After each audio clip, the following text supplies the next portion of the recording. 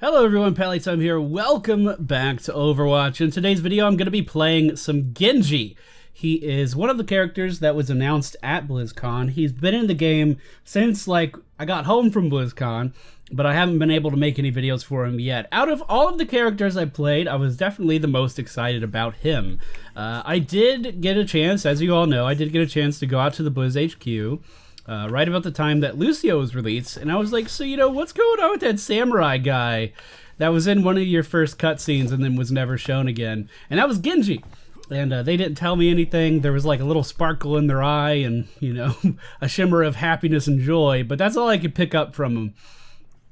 We found out who he was at BlizzCon, and I have to say his playstyle is super fun, super fast-paced, really enjoyable. And I'm going to try to get a good game today. We are defending this payload here. We have to stop them from pushing in on it. Genji's strengths are his just massive amount of mobility. As you can see, I'm over here double jumping, I'm able to wall run, and then my shift ability gives me like a dash. I just almost teleport through the air, and if I pass through anyone, I am going to be dealing some significant damage to them. It's like a damage over time effect as I fly through a character. So he's all about getting in, doing damage, moving quickly, and then getting out. When he does get a kill, it does reduce the cooldown of his shift ability. So for instance, if I shift through a target and they die from that damage, I can instantly shift again. We should be able to just come in here and kill this Reinhardt. Our left click is 3 shurikens thrown in succession, and our right click is a shotgun style, more of a horizontal spread rather, of shuriken all at one time. There is a travel distance that you have to get used to, and that's a bit hard at first, but it does become quite powerful once you get used to aiming your projectiles. Looks like Reaper's just going to straight up chase after me. We should be able to outmaneuver him just fine. We'll dip up to this rooftop. He can follow me, but he has to use his teleport in order to do so. And as you can see, I've pretty much stayed in this fight this entire time. But it's my mobility that is keeping me alive. I could just dip out, go get health whenever I need to. And of course, with any character, knowing the map and understanding where your health packs are is going to be a big part of your success. One of the hardest parts of playing Genji is his E ability. This is something that will take some practice to get used to, but once you do, you can really start to outplay people. As you can see there for a moment, I kind of held my sword out in front of me. That was me reflecting projectiles back at enemies. We have our ult now, so I'm just going to dip out back here. Try to get a kill with this, and then we can start sprinting and dealing some damage. Was a little bit overextended there, as you could clearly see. So what does Genji excel at? He excels at just poking and prodding away at backlines. He can deal a ton of burst damage in a very short amount of time, so he's really good at bursting down squishies. But because of his mobility and his ability to just poke away at someone, he's also pretty good at killing tanks as well. As you saw earlier, I was just kind of having my way with Reinhardt. Now, he is very squishy, so your mobility is incredibly important, but of course you do have the projectile reflection that is very strong. Let's come up here and just reflect projectiles back at this Hanzo, and then finish him off with some shurikens to the face. Now, I do not have my reflect again. It does have a cooldown, so we do need to be careful with this Reaper, but I should just be able to re-engage now, aiming right at him. He does use his invulnerability as I use my reflect, so perhaps this Reaper knows a thing or two about a thing or two, but we are going to be able to finish him off there, just no problem. Our mobility is unmatched in this game, and we have to make sure that we are using it if we want to be a successful Genji. Now, everyone and their mother has been playing this character that has access because he's a fucking ninja that just runs around and does damage. But he's very strong and very fun. And I just kind of wanted to show that off in a video today. I've been thinking about going through each of the characters and really showing off their strengths. I should have reflected there. Wasn't too sure what the Reaper was doing, and that cost me my life. Now, that was a situation I believe I could have very easily lived through. Watch that be play of the game. But because of my momentary hesitation, we did die. And that's really where the skill cap of Genji comes into play. Being able to predict when characters are going to try to burst you down, reflecting that back into them, and then using your mobility to get out of a sticky situation.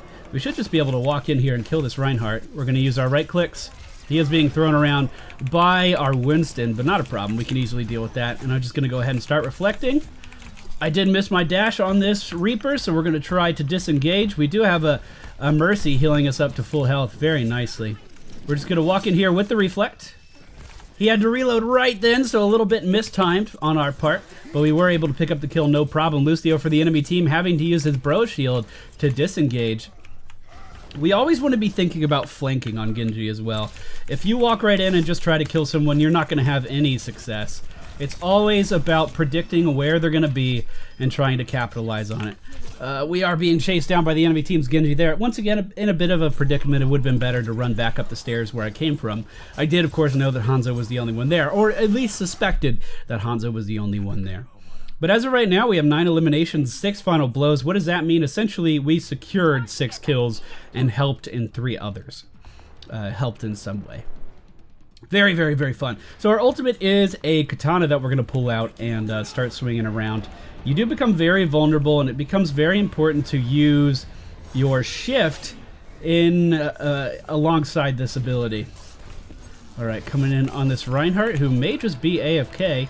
Because we killed him, our shift is off cooldown again, but unfortunately I was a little bit too out of position. Looks like a little bit of a lag spike there. Trying to reflect the enemy team's Widowmaker's projectile back at her, was not able to do so. She may just kill me here. No, that katana, or that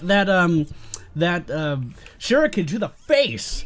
Able to take her down, no problems. That was us on defense. We're actually an offensive character. So hopefully we can get on offense now, and I could show you this one more time from the other point of view. Reinhardt with the play of the game. I instantly fell in love with this character, though. He is absolutely my play style.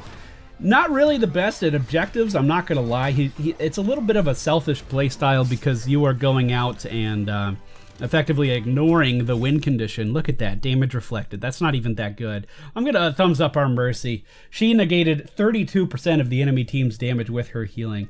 Look, I got my name up on the board twice. Look at that, 44% kill participation. That's not bad at all. Looks like a couple people on the enemy team rage quit after that loss, so we are going to wait it out and see what happens. And hopefully we get a chance to attack, hopefully. And we are attacking. Once again, I'm going to be picking Genji. Now, I want to reinforce the idea that Overwatch is a game that's meant to be played as a team.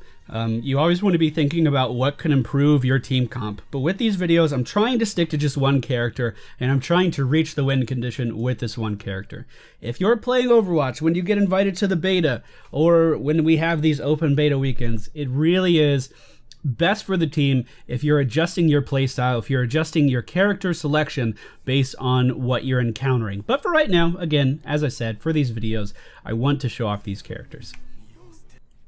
Alright, so about 20 seconds until the doors open for our attack. I'm going to use basically an alternate route to get out. There are the front left and front right entrances. I'm going to use the top entrance here. Just going to do a quick peek. And then I'm going to stand to the side. I don't necessarily want them to see me here. Remember, Genji is all about surprise. You want to be constantly jumping in on people who don't expect you. So this is one of the ways that we can do that. Just peeking, peeking, peeking. And I'm going to jump to this building here and then use our wall run to get up top. The enemy team already set up over here. And of course they see me. I was stunned by the McCree with his stun grenade and was not able to deflect in time. Okay, he was the one shooting at me. I thought I heard a turret. I thought maybe that was what was shooting at me, and I do see the turret there on the road now. Okay, so a little bit of a weird start, but that's the kind of thing you have to be worried about with Genji. You can't ever attack someone from an area that they'll expect, which constantly forces you to find new routes on the map. Hello. I'm just gonna leave that. I want nothing to do with that. I was hoping maybe that was a Reaper behind me, but no such luck. Oh, she found me again. She just used her thrusters though, so we should just be able to scale up here just fine. And it looks like someone else already fighting the good fight up here, trying to take down these snipers. Who was that just dropped down? Was that Widowmaker? No, that was McCree. We dove right through him, and I'm not gonna lie, I kind of lost my bearings there for a moment, and we're just gonna reflect that final shot back into him, and we're gonna live through that with 1 HP. Let's go ahead and grab that, come up here and grab the bigger one. And as the team is pushing this cart, remember, I'm not the best at these objectives. If the enemy team sees me coming, I'm not going to be able to do much damage. We do knock D.Va out of her robot there, so I'm just going to come in for some damage. We did have a soldier 76 in the middle of the walkway able to take me down. Now, notice, on attack, he is an offensive character. This is what I find really weird about Genji. We are on attack right now, and you would think, you know, an offensive character would be really good in an attacking situation. But the enemy team is able to predict where I'm coming from much easier when they are this close to my spawn point, when they're forced right up to our front door. They're able to see me coming a lot easier. It's a lot harder to flank these guys. And because of that, it's a lot harder to play Genji. Even though you are on attack and you are a offensive character. Gonna have to reflect that sentry shots back into it. Now remember, with the reflect your E ability, you don't necessarily have to aim it at anyone. Regardless of what you're looking at, you are going to take less damage. But you can do things like this and reflect all of that damage back to a target if that's where your crosshair is located. I don't know if that D.Va's following me or not, but we did almost kill Torbjorn's sentry just by standing there and reflecting damage. I'm going to try it one more time. Looks like he's over there healing it now. With Molten Core up, I'm not going to be able to push through that, so let's wait for this healing item one more time. It's going to be really hard to do anything meaningful to these guys with that sentry up, but as you can see... No way she saw that coming! She had to have had her ultimate up, right? Oh, of course. Of course, she just happened to be looking at a Pharah right then. What a shot, too! Oh my goodness. Oh my goodness. Okay. It's a lot harder to push a payload than you might imagine. And because, you know, we don't have much of a team comp going for this, we don't even have a support right now. It is becoming quite difficult. I'm going to use this side path again, though. I don't think they'll see it coming. Hello! Oh my goodness. So much damage. We did step on her poison grenade thing, and we are going to have to back off. Lucio, of course, seeing me there. We're going to have to do some fancy footwork to get around him, or we'll just walk right into him and kill him. That works for me. Gonna wait for this health pack to come back. We have taken their healer away from their front line. Maybe we could do some damage now. We know that Widowmaker is back here somewhere too. So keep our eyes open. We now see the entirety of the enemy team because of our friendly Widowmaker's ultimate, and we're starting to chip away at them. Alright, that was my best. That was the best I could do. And still not even enough to take down that turret. We need to focus this turret. Essentially, this Torbjorn is stopping our entire team because they're all playing classes. Well, really, a lot of them are playing classes that could easily deal with this. Widowmaker can outrange it. McCree can outrange it, but he was just kind of standing there, decided to leave the game now. So not a lot of teamwork going on the offense side this time. I'm going to try to get up there and kill those guys, though. And again, as I mentioned, it is very meaningful and powerful and good and what you should be doing, all of these things, to be switching your character based on the situation. We could easily go as Reinhardt here and walk right up to that turret and not have to worry about it. We could easily go as Lucio and give our team a speed boost so they can jump right on top of it. There are several options that we could do. And I think it's important to see the weaknesses of these characters at the same time, because Genji, and really our team comp in general, just because we're super offensive doesn't mean that it's the right pick for every situation, and I want to make that very clear, and I hope I have. Trying to back out here. Let's walk right in front of this baby girl. Hello.